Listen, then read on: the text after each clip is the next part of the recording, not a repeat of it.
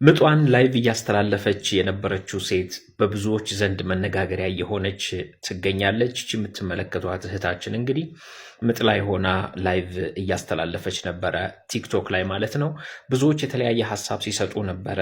ይሄ የካሜራ መውደድ፣ ይሄ የሶሻል ሚዲያ ተጽዕኖ ሄዶ የት ጋር እንደደረሰ ማሳያው ነው የሚሉ አሉ። ብዙዎች ደግሞ ምንድነው ችግሩ ሲሉም ሀሳብ የሰጡ አሉ።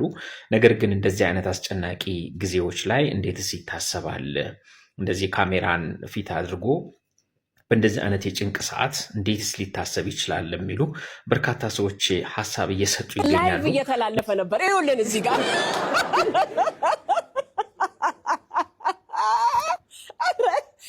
እኔ እውነት ምክንያቱም እኔ ራሴ ልጆቼን ስወልድ በምጥ ነው የወለድኩትና ያረጀው መሰለኝ ማለት ረጅም ጊዜ ሆነብን። እኔ ሴት ልጅ ምጥ ላይ ስትሆን ሁላችንም እናውቃለን። በጣም ኢሞሽናል፣ በጣም ትናደዳለች፣ በጣም በቃ ብዙ ነገር እንደውም ቀበቶ ፍታ ባል ምናምን ይባል ነበርና ስልኳን ቻርጅ አድርግላት ሳይባል አይቀርም ላይቭ ለሰላለች። በጣም ነው የሚገርመው። አይታችኋታል? ግን ሜካፑን ተሰርታ ምናምን ስታምጥ ራሱ የሆነ ወጋ እውነት እንዴ በቃ ወይኔ ሞትኩኝ ምናምን በሚባል ሰዓት እኔ ትዝ የሚለኝ የራሴን ሳምጥ በጣም መጮህ ስለማልችል አለቅስ ነበር እና እንደተገረፈ ሰው ነበር ማለቅሰውና በቃ ዶክተሬን ጥሩት እኔ አልቻልኩም ምናምን ብዬ አለቅሳለሁ። ነርሶች ጋርና ዶክተሬ ጋር ሄዱና ኧረ ድርሱ በጣም እያለቀሰች ነው ዶክተር ምናምን ሲሉ አመት ከአመት ትስቄል እንዴ ዛሬ ታልቅስ ተዋት መባሌን አረሳምና አንዳንዱ ጊዜ አቶ መንገድ ላይ ምጡ መጥቶ ልጁን ይገላገላል። አንዳንዱ ደግሞ እንደዚህ ፋብትን ብሎ ሜካፕ ተሰርቶ ላይቭ ላይ የሚያምጣለ። በጣም ነው የገረመኝ ላይቭ ምጥ።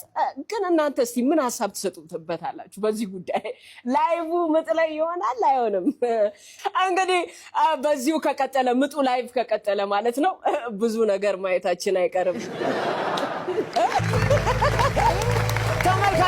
ድርሹ ዳናሁን ስህተት ሰርታለች። ምኑ ነው ስህተት የሰራችው?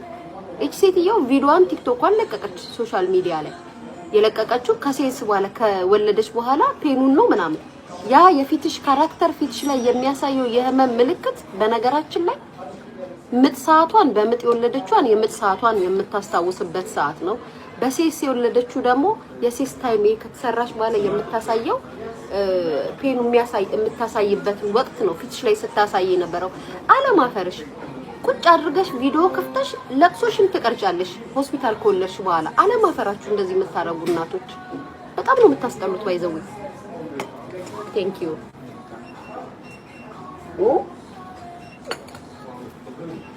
አለማፈራችሁ ከዛ በትወልድ እንደዚህ ምናምን አይባልም። በመጀመሪያ ደረጃ እውነት እኛ ኢትዮጵያዊነታችንን ባህላችንን የምንወድ ሴቶች ከሆነን እናቶች ከሆነን ሴት ልጅ እርግዝናዋን ስትደብቅ እንጂ አደባባይ ላይ አውጥታ ስታሳይ ይደብራል። ከወለድሽ በኋላ ማሳየት ትችላለሽ።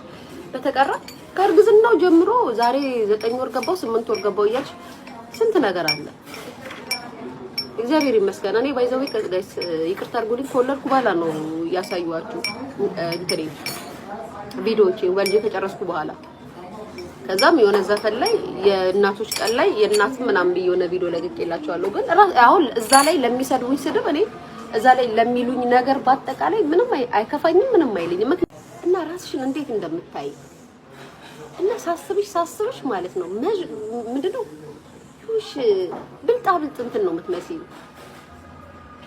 ራስሽን እንደ ጻድቅ ምናምን ይሄ ባህሏን እንደምትወድ ላይክ ምናምን ሴት ምናምን ነው የምታዩ አይደለሽም። ልጆችሽ ደስ ይላሉ ካንቺ። በነገራችን ላይ እኔ ይቅርታ አድርጊልኝ ካንቺ ልጆችሽ ደስ ይሉኛል። በጣም ነው ልጆችሽን የምወዳቸው። በጣም ነው ልጆች የሚያሳሱ። አንቺ ግን ወሽ ብትስጥስ ያልሽ ሴት ይሆነሽ እርግጠኛ ነኝ እዛ አካባቢሽ ዙሪያሽ ላይ ያሉት አሜሪካ የሚኖሩ ኢትዮጵያኖች በጣም እንደምትደብሪያቸው። ምክንያቱም ሰው ልጅ ይኸውልሽ የሆነ ነገር አለ። ከዚህ በፊት ማን ነበር እዚህ የኢትዮጵያ ያለው ቲክቶከር ማን ነው? እዚህ የምትወዱት ማን ነው የምትሉት? ትላኪንግ ምናምን የምትሉት ቲክቶከራችሁ ላስታውሳችሁ ብዬ ነው።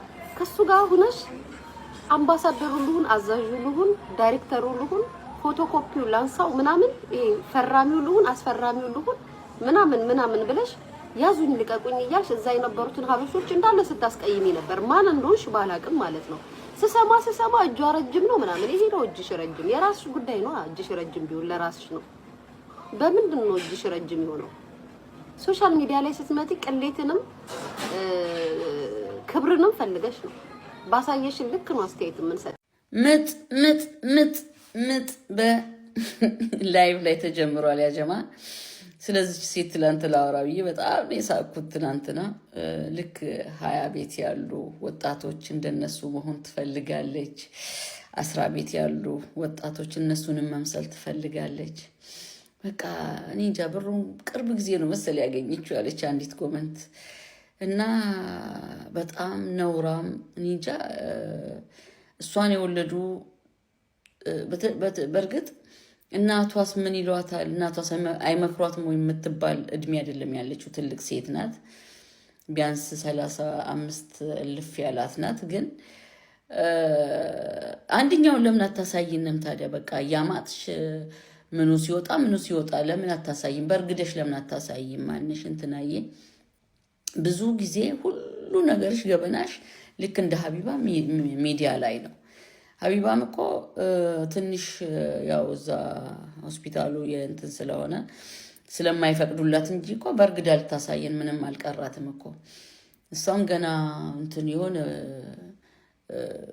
መንገድ ላይ የነበረ ሽንት ታውቃላችሁ? ሽንት ታርጋችሁ ብድግ የምትሉት ልክ አሯን ርት ታርጋ ብድግ እንዳለች ሴት ነው።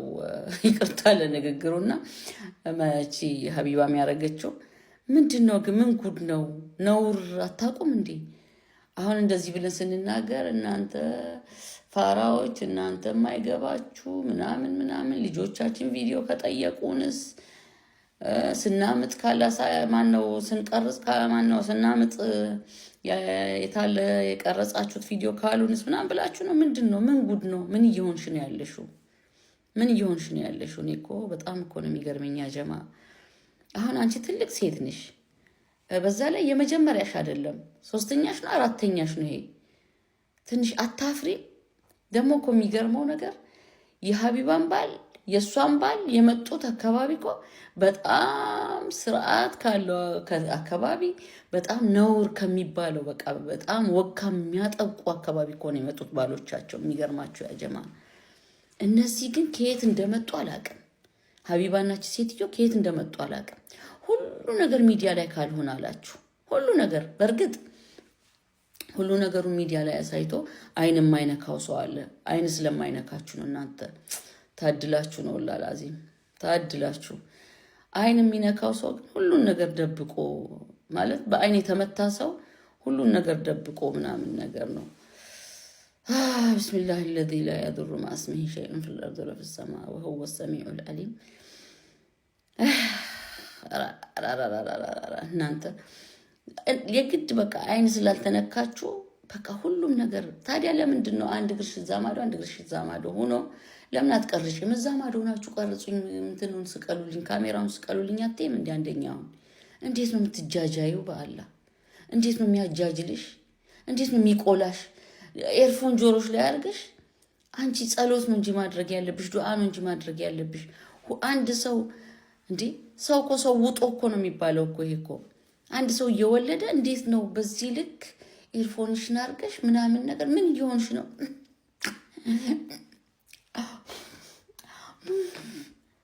ወይኔ ጉዴ ፈላ። ምን እየሆንሽ ነው? ሁሉ ነገርሽ አደባባይ ላይ ካልሆነ ፕራንክ ስትሰሪ እንጨት ያለ የሆነ ነገር ስትሰሪ እንጨት ሁሉ ነገሩ እንጨት እንዴ። እሺ ነውር ሳታቂም እናት ተብዬዋ እኮ አብረዋሉ። እንደነገርኳችሁ እናት ተብዬዋ ትልቅ ሴትዮዋ አብረዋሉ። ተቀርጪ እያሉ በቃ ቀርጪ ውስጥ ቪዲዮ ይሻላል፣ ካሜራ ነው አኛው ዶንጎ እንዴ። ትልቅ ሀገር ነው ያለሽው እንዴ። እስቲ እንደ ስደተኛ ሆኚ ረጋ በይ እስቲ። የተሰደድሽባቸው ሀገሮችም ይሄ እዚህ ያክል አልተለቀቁም እኮ። እነዛ በጣም ስማቸው ገኖ በመጥፎ የምንጠራቸው ራሱ የዚህን ያክል ልቅ አልሆኑም። ነውር ጌጡ የሆነ ሰው ከልኩ ሲያልፍ እኔ በጣም ነው የሚደብረኝ ያ ጀማ። እና በልክ አድርጊው። በተለይ በሀበሻ ደግሞ አያምርም።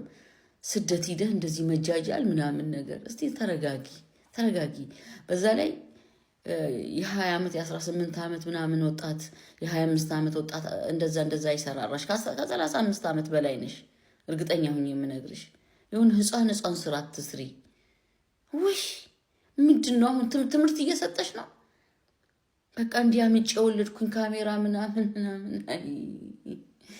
ካርታ ላይ የሌለ ገጠር ስንመጣ እኮ እንዲህ እኮ ነው የሚያደርገን እኮ ነው። እንደው ካርታ ላይ እውነቴን እኮ ነው። ካርታ ላይ ካልሰፈረ ገጠር ስትወጣ እንዲህ ነው እናቴ። አይ እንደው እኮ ምን ይሻለናል? ለማንኛውም ነውሩ ጌጥ አትሁኚ፣ ነውራም አትሁኚ፣ ነውረኛ አትሁኚ። እናቲቱም ደግሞ ትንሽ ምከሯት። እርሶ ምን ሽማግሌ አይደሉም እንዴ? ውይ የሚካሄድበት ቦታ አለ፣ የማይካሄድበት ቦታ አለ።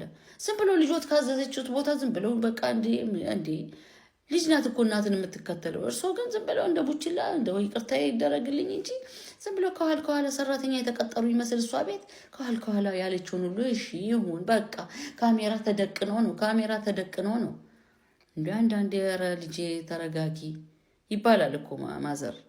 እኔ እውነቴን ነው የምላችሁ። ስለ ራሴ ባወራችሁ አሁን እዚህ ላይ በመውጣቴ ስንት ሰው ጋር ተጣልቻለሁ። ስንት ሰው ጋር በቃ እኔ የሚያስነውር ነገር አለ ስራ እንጂ ብዬ በቃ ራሴን አሳምኜ ስለወጣሁ ነው እንጂ የኔ የሆነ ሰው ጓደኛ በዚህ ብዙ ሰው ለምንድነው ቲክቶክ ላይ የምትወጪው ለምንድን ነው ተብዬ በቃ ተጠይቄ መልስ አጥቻለሁ። እውነቴን ነው የምላችሁ። መካሪ የለም እንዴ? ይሄ ምንድን ነው የምታደርጊው? ያለ የሆነ አስቀያሚ ስራ የሚቀመጥ እኮ ነው። ደግሞ እኮ ማማጧ እኮ ነው የሆነ በቄንጥ እኮ ነው የምታምጠው እኮ። አቤት